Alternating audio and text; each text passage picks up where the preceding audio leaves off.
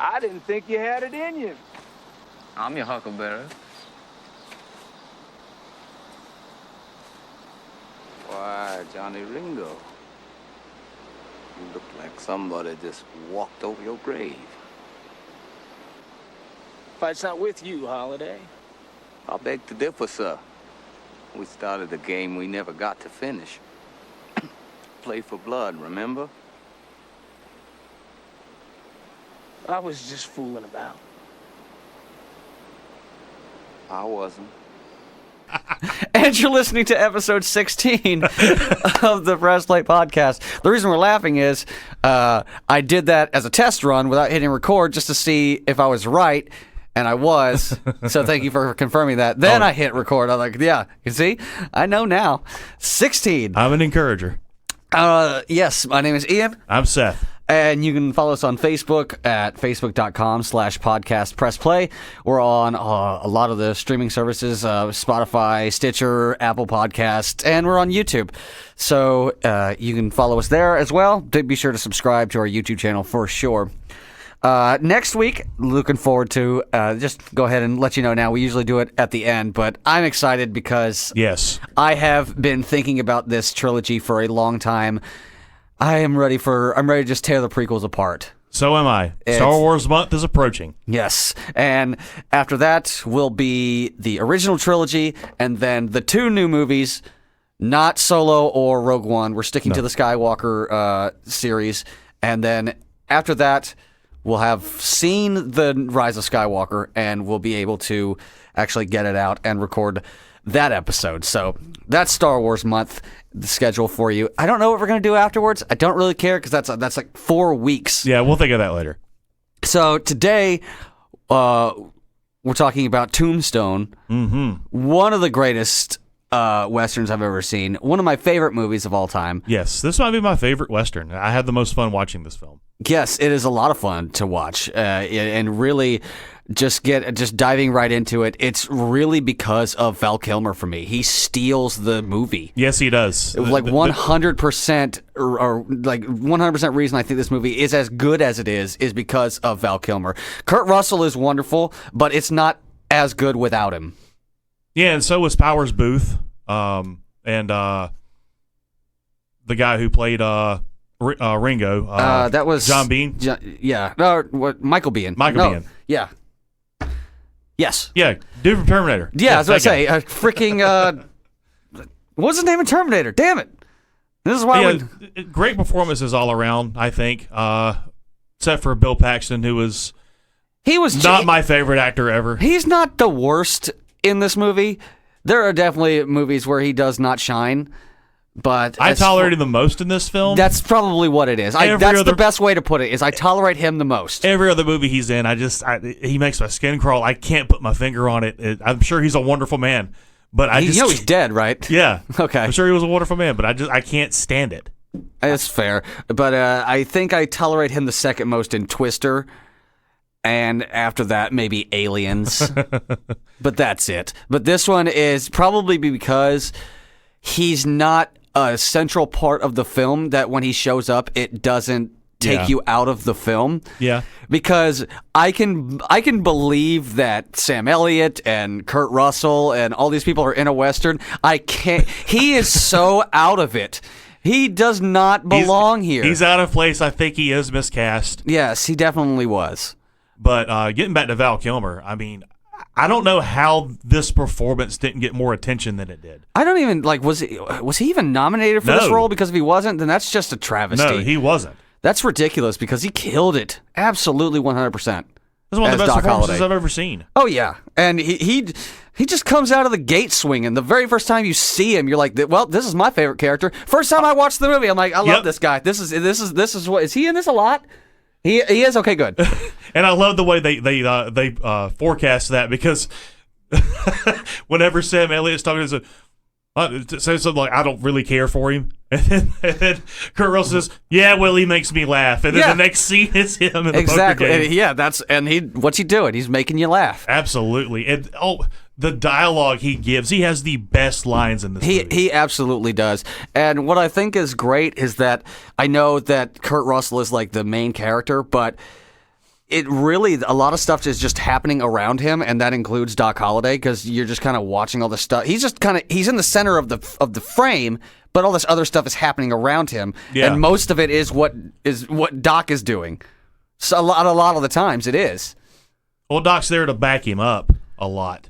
Doc does cause a lot of problems. He does.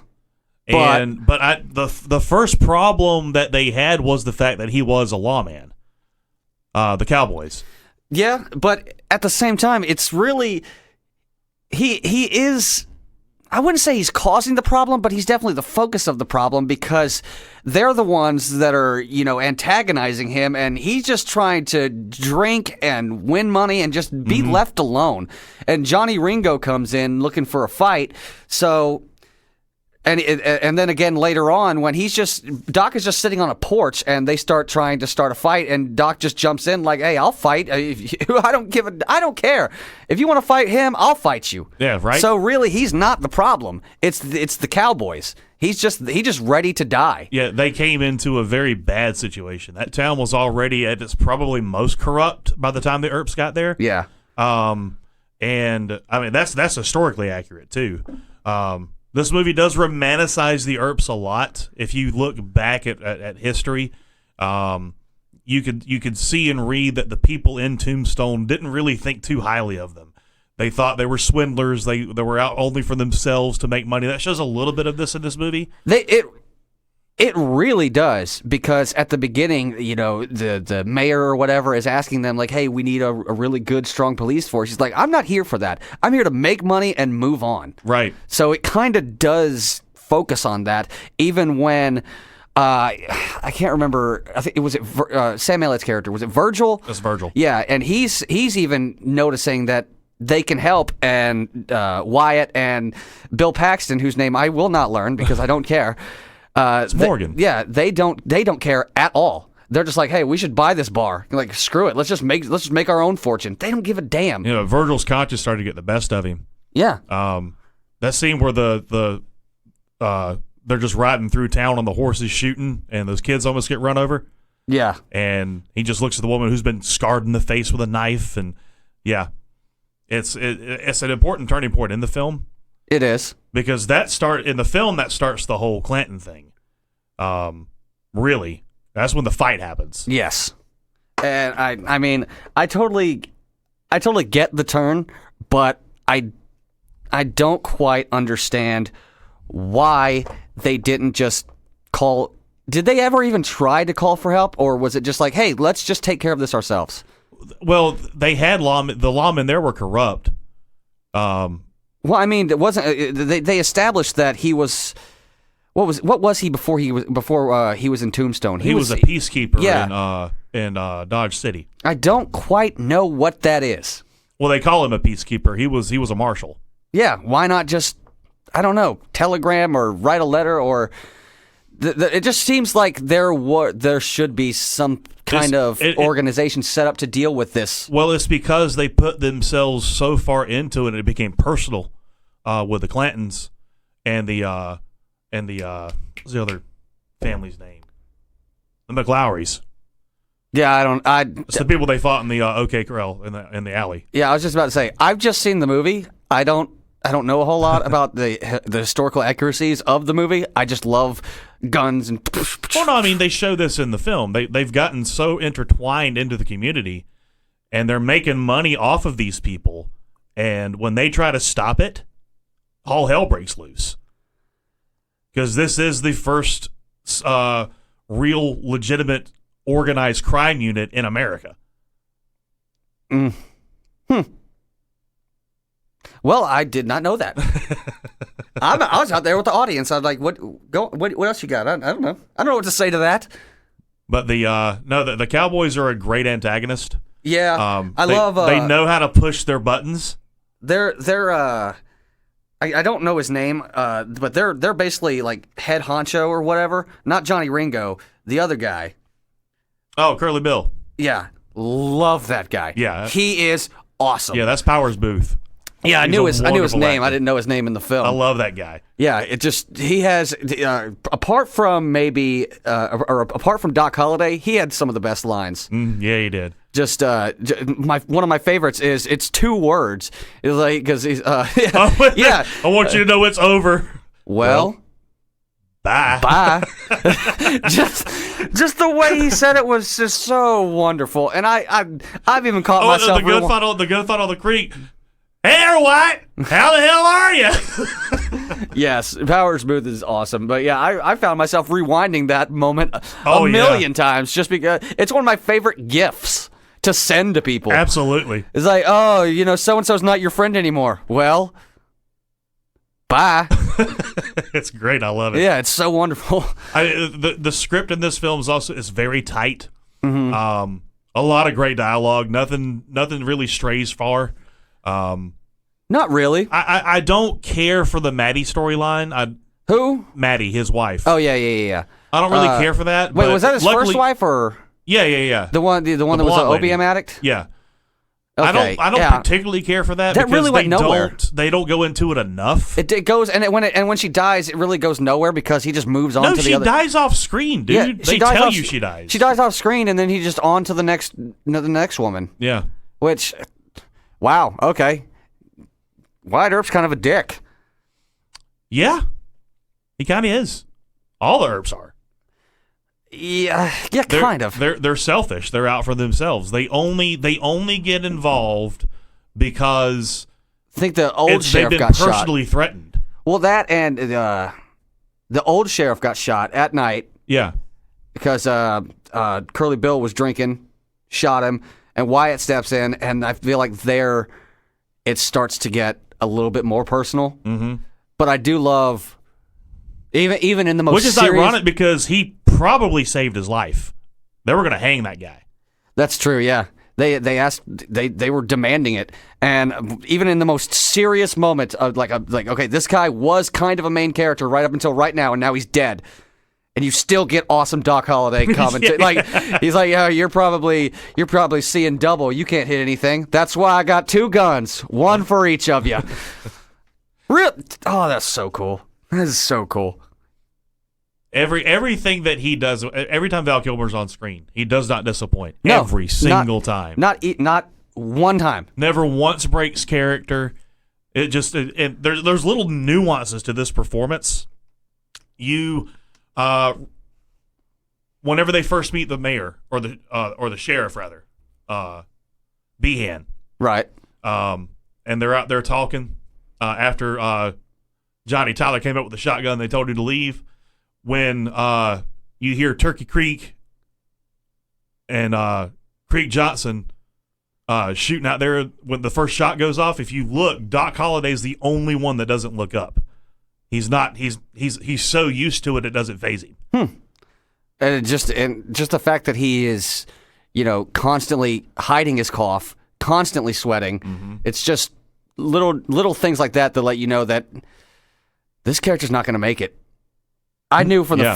I didn't know anything about the history of the character. I had never seen the movie before, and I'm just thinking they're going to take this character away from me. I'm glad they did it at the end too, because he deserved to be in that whole movie. Oh yeah, 100%. Like I said, don't know the history, but he better last until the credits or right before. And he did. Okay. Whew, that was close. Man, I love that guy. And then it's just disappointing to see what happened to him afterwards. Oh And yeah, I'm talking about Val Kilmer, of course. Like, yeah. I don't know what he did after Tombstone that I can think of that was actually any good. Kiss Kiss Bang Bang. I didn't see it. That was the last thing I saw him in that was any good, because I think he took Batman after this role. When did Tombstone come out? Late 90s. Okay. Late 90s? I'm pretty sure. It doesn't strike me as a late 90s film, but I for some reason I thought this came out around the same time as Top Gun. Oh no, this is an 80s film though. Tombstone release date. 93. Oh, early 90s. Okay. But yeah, Batman was after that, but I don't know how long after that because I know That was the last time that he was viable as an actor, which is a shame because you see how talented he was. Oh God, yeah, he brought it, and the fact that he didn't get an Oscar, at least nomination for this, kind of breaks my heart because I thought the I just entire said proves the Oscars being shit. yeah, because I was watching it. The first time I saw it, I was maybe 20 years old, and I thought at the end of the movie, okay, that was amazing. I'm sure that was a performance that people have talked about forever because I'd just seen it 9 years ago, and my friend was like, no. Never got anything. Really? That's just ridiculous. Now, I understand, everybody else in the movie not really getting anything because Kurt Russell's just being Kurt Russell with a mustache. Yeah, he kind of is. Which is fine, but... Well, yeah, it was totally fine because he was just doing what Kurt Russell does in movies to me. Nothing really stood out from his performance here as opposed to Big Trouble in Little China, Escape from New York... Those kinds of films. No, it was Kurt Russell. He's always Kurt Russell. Exactly. Sam Elliott, the exact same story. It was just Sam Elliott being Sam Elliott. A badass. But still yeah. Sam Elliott. And you didn't even have to ask him to grow a mustache. He's like, I already got you. I got you covered. And for some reason, Bill Paxton was in this film. I do love, I don't know why. I love the side characters that are in this that I wouldn't have thought of. Like, oh my God, there's Billy Zane and Billy Bob Thornton. What? Yeah. The first time I saw the movie, I had to ask my friend, I'm like, is that Billy Bob Thornton? And Luke Perry. Yeah. I had to ask my friend, I'm like, is that Billy Bob Thornton? She's like, yeah, that is weird. I mean, I could hear his voice. But the face looked weird for some reason. But I heard it before you even saw his face. Like, God damn it, how many times I gotta tell you to stop doing that in my face or whatever the hell he said. And I'm like, that's Billy Bob Thornton. And I love in this movie that you mentioned that. It makes me think of that scene. I love this movie twice introduces you to Kurt Russell, to Wyatt Earp. The first is when the guy's hitting the horse to get him off the train. Yeah. And he takes the crop from him and hits him right in the fucking face with it. That was Hurts, great. don't it? But when he goes into the Oriental and he takes that he takes the blackjack or the dealing job away from him. What is the name of that game? I thought it was I thought that was blackjack. No, it wasn't. It's not blackjack. It's something else. It's all about. There's no skill involved at all. It's completely chance. But anyway. Oh, like 5-card draw or something? No. It's they just throw down cards. It's completely about chess. I forget the name of it. But when he's in there talking to him, he said, "You're sitting in my chair." You really see what this character is all about. It shows you right then and there that he's no one to be trifled with. He's got his ideals. He's stubborn. Well, he can also read people because he knew for a fact before he even went up there that Billy Bob's character was a coward. Yeah, exactly. That's something I loved is that because he wouldn't just do that to anyone. I don't think, but he ran up right to him and just started slapping him in the face, just like, you gonna skin that smoke wagon or just stand there and bleed? Okay, that was pretty impressive piece of dialogue you got there. I'm almost intimidated. And then grabs him by his ear like a little kid and throws him out. And then he comes back with a shotgun and then realizes who he is. And Doc's just like, oh, I'm sorry, I forgot you were there. You may go. That's one of my favorite lines ever. I don't even know what it means, but I've used it when women have asked me, how are you? Why, I'm rolling. What is that? What is that? I don't know what it means, but if they get the reference, like he's on a roll. Okay, yeah, fair. Wyatt, I am rolling. Virgil. But, And the insult he gives the sheriff when he comes up, after he shakes everybody's hand vigorously. So happy to see you. And he throws his cane in the other hand, sticks his hand out. Sorry, you'll have to forgive me if I don't shake hands. But, as much as I do love Curly Bill, I just feel like another character who didn't really bring it was Johnny Ringo. I mean, Michael Biehn was really he just seemed not interested in this role. No, I with the exception of maybe the part in the saloon where they're throwing guns down and just, showing off their skill. I think he's into it. He's very one-dimensional to me. It's because Michael Biehn doesn't have range. Yeah, exactly. Maybe it's that, or he just wasn't interested. But he was not selling me as Johnny Ringo. I wish he would have been another part. If that makes any sense. He could have played Morgan for all I care. That actually would have been a lot better, I think. And cast somebody else as Johnny Ringo because there's parts of his performance that fall flat. You know who could have done it? And he was in the film. I don't even know if they gave him a name. Michael Rooker. You know he played Yondu in Guardians of the Galaxy, and he was in this film. Yeah. He was one of the cowboys. Masters. Yeah, he was one of the cowboys that defected to join Wyatt, and they kill him off screen. I'm like, why are you killing? Because I met the man in person. I met Michael Rooker, and then I watched it again, and I forgot they killed him, and I felt bad because I'm like, oh, dude. He's such a nice, he's such a sweet guy in person. Like I've talked to him for like a good half hour, and then they killed him, a fictional character. Well, maybe not fictional, but in this film, like, oh man, they killed Michael Rooker. That sucks. I love that guy. It's just such a dumb thing to think, but it happened. But I think he could. I mean, hell, let him play Johnny Ringo because he does have range when he played Henry Portrait of a Serial Killer. Yeah. So. I don't know. I wasn't there at the time when the casting. I was fucking 3. So I'm not a casting agent, but Michael Biehn was a big name at the time because of Terminator. Yeah. But it didn't sell for me.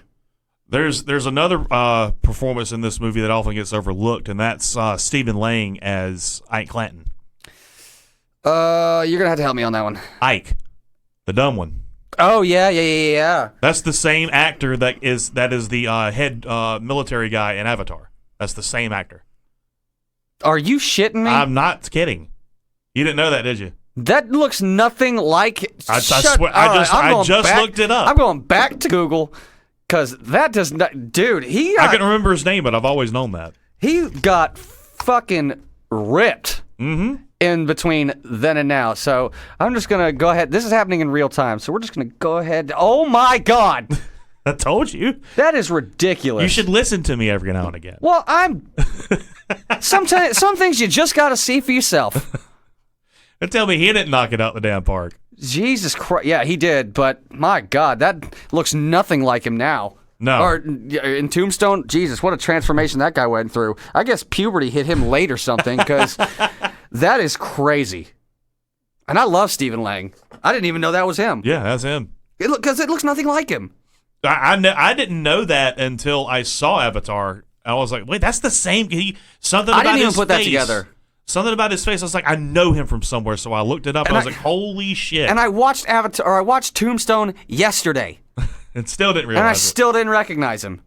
That's amazing. All right. Well, you learned. That's 2 things I've learned today. Nice. And I forgot what the first one was, but I'll always remember this one because now I'll be like, "Hey, did you ever watch Avatar?" Yeah, that's what's his face. But his dumbfoundery is and cowardice. Oh my! It's legendary. Even for the real guy, it was legendary. Ike Clanton was a coward. He basically just counted on the notoriety of the actual gang to get him by, and then when somebody actually stood up to him, he pissed his pants. Always. Yeah, and that's especially when he's coming up to get Curly Bill from Kurt Russell after he shoots the marshal. Yeah, and Wyatt just throws his gun up in his face, puts it in his head. You die first. Get it? Your friends may get me in a rush, but not before I turn your head into a canoe. You understand me? That was the fear in his eyes. And come on, he's bluffing. No, he ain't bluffing. That's one of the better Kurt Russell moments in this movie. Was that? Yeah, because the conviction he had when he said that to him, I was like, holy crap, this dude is a badass. Yeah. But then again, that's Kurt Russell, dude. Yeah, it is. That's why I like him in this role. Yeah, he's being Kurt Russell, but he's. Because Wyatt Earp is kind of a Kurt Russell-esque character already. Yeah. I mean, he was perfect. He was basically he was made for that role. I mean, I can't think of anybody at the time that I would rather have play him because the other action stars of that time had stupid accents, thinking Stallone and Schwarzenegger. Yeah, that would have been pretty awful. No, and I damn sure don't want to see Bruce Willis with a mustache. That just sounds like it would look weird. That would have been a completely different movie. Oh God, yeah. But like I said, as great as Kurt Russell is in this character, Doc Holliday is the star in my opinion. Even though he would have, if he won an Oscar, it would have been a supporting role. Oh yeah, absolutely. But he is the star of this movie. And we said everything. You said a lot about the performance in this film because they're so hard to overlook. But there's something else that this movie does very, very well, and that's build tension. Mm-hmm. It's all the way up. They're building tension around this conflict between the Earps and the Cowboys.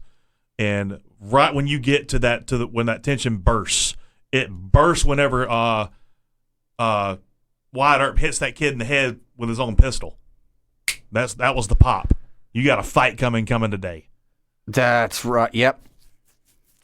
So it just all the way up to everyone's. And I like how they didn't save the OK Corral for last.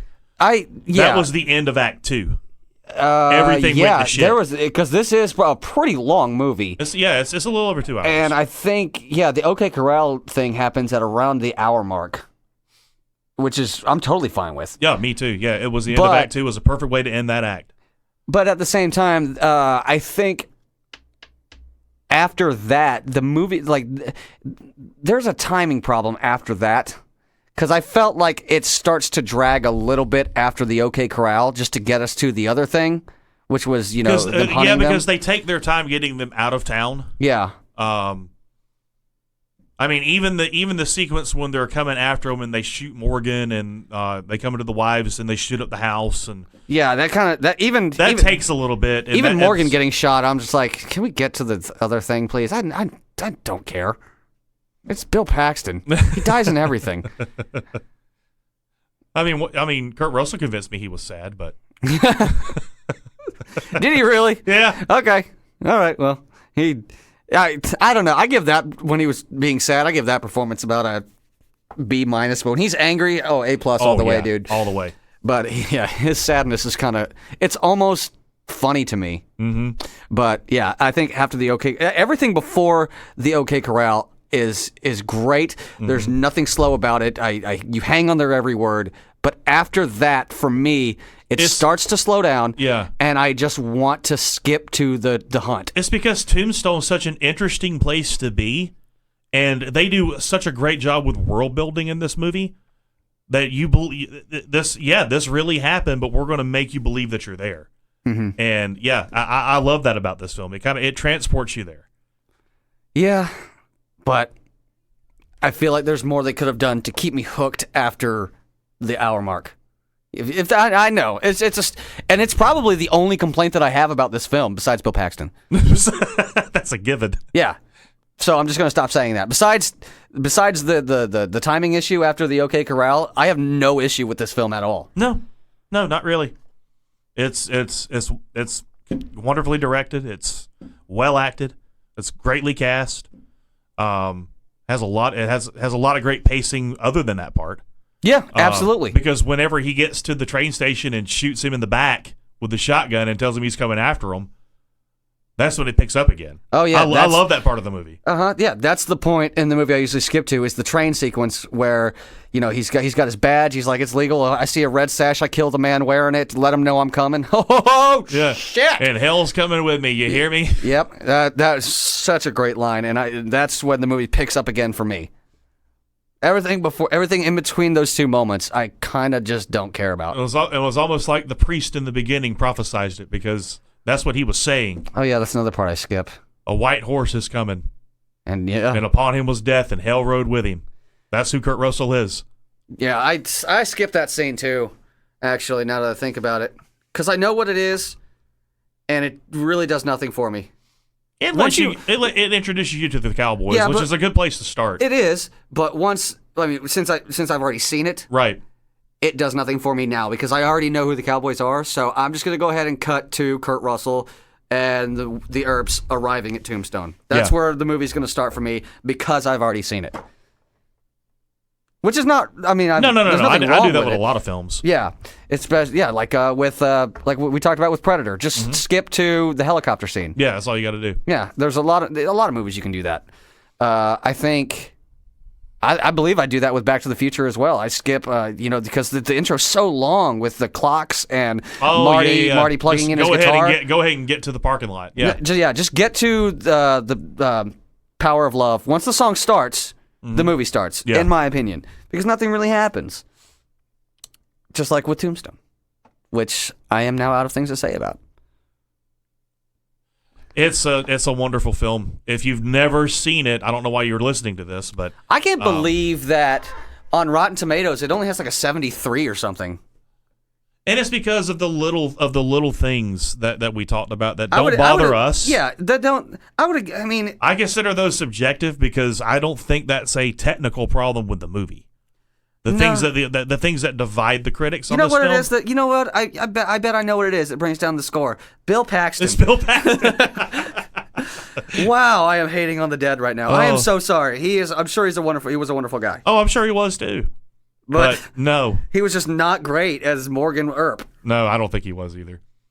It's part of this. That's the one part of the movie I can live without. But other than that, this everything from front to back is tied up with a little bow. I love it.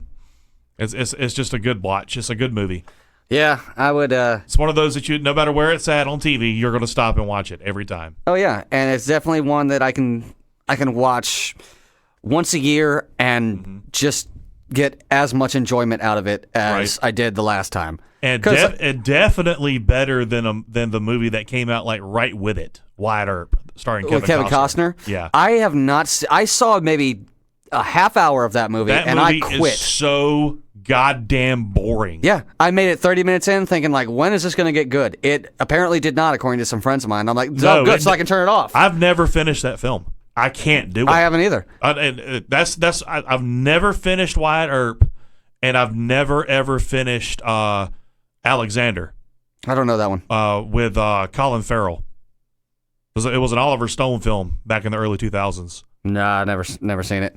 Had Rosario Dawson in it. And I've never finished The Hulk with Eric Bana. if we're sharing secrets. But yeah, I mean, there's something about that Wyatt Earp movie. Dude, it was boring. So boring. I tried. I made it 30 minutes, and I'm like, does this get better? No. Then why'd you make me watch it? Well, you had to know the history of Tombstone. I didn't. I trusted Kurt Russell to tell me everything I needed to know about Tombstone.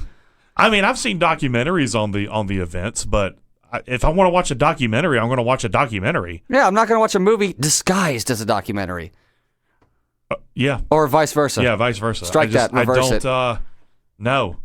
It takes so long for anything to happen. There's so many pointless scenes in that film. We're going off on a tangent, but Tombstone is just it ages better. Yeah, it really does. I definitely see. I didn't. That's why I didn't even know when it was made, because you said it was like 99. I'm like, really? I feel like it was made in 93, but I wouldn't know unless I looked it up, because it does age very well. Very well. So it's just a very well made film. A lot of fun. Never seen it? Watch it.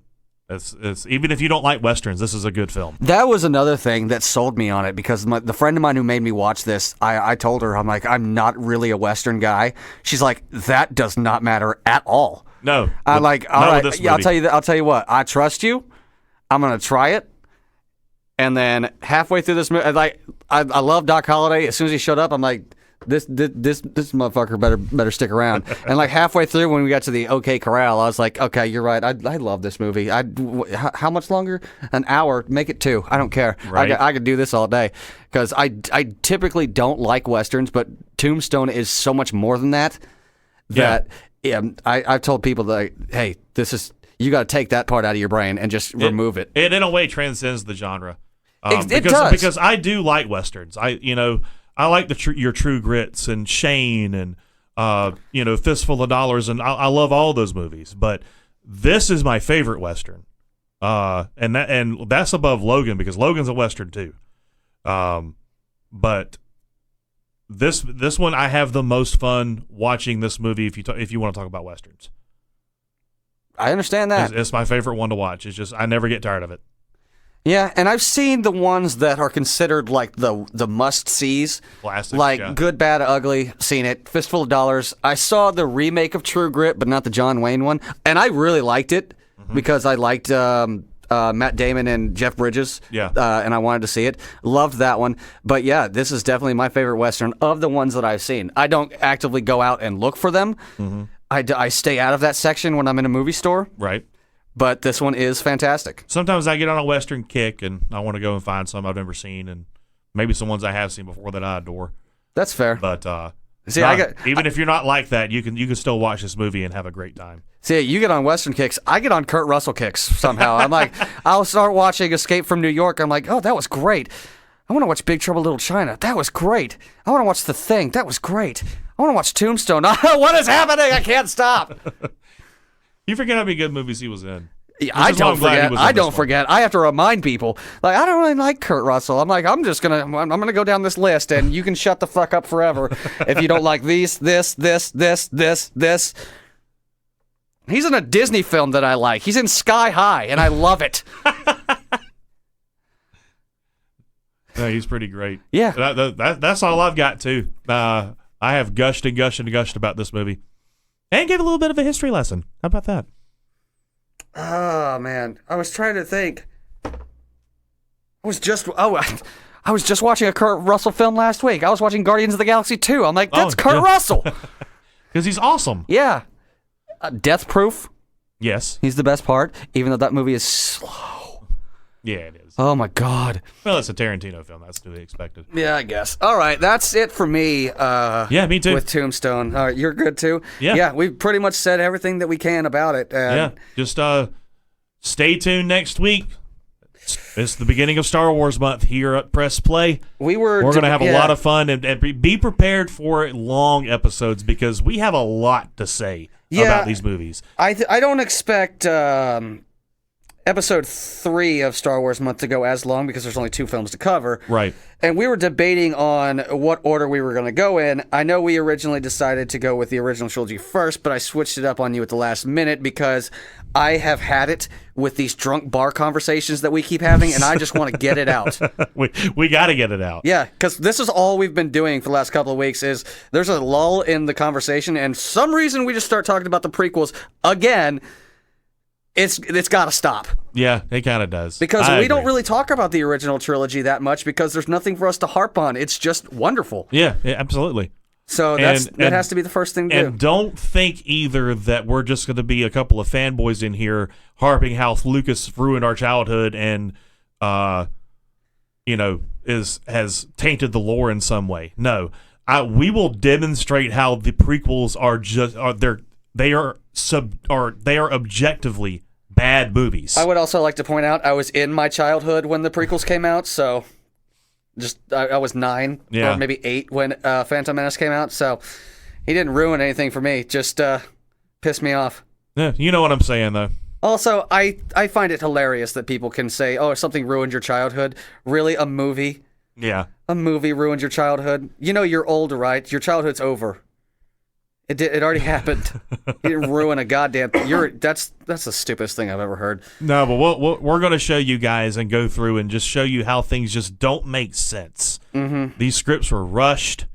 The filmmaking is amateur. We'll get into all that. Stay tuned and listen. But be prepared for it to be a long episode. Yes. Because I think our longest one to date was probably The Matrix. Mm-hmm. This one is probably going to be longer than that. Oh, I'm sure. Because The Matrix, there's a lot to go through. There's a lot to be said. Yeah, The Matrix was like maybe 45 to 50 minutes. We can beat that. Yeah, probably. Easily. But I wonder how long people are going to listen before these guys are just bitching. We'll find out. Well, we'll see you guys next week. Absolutely.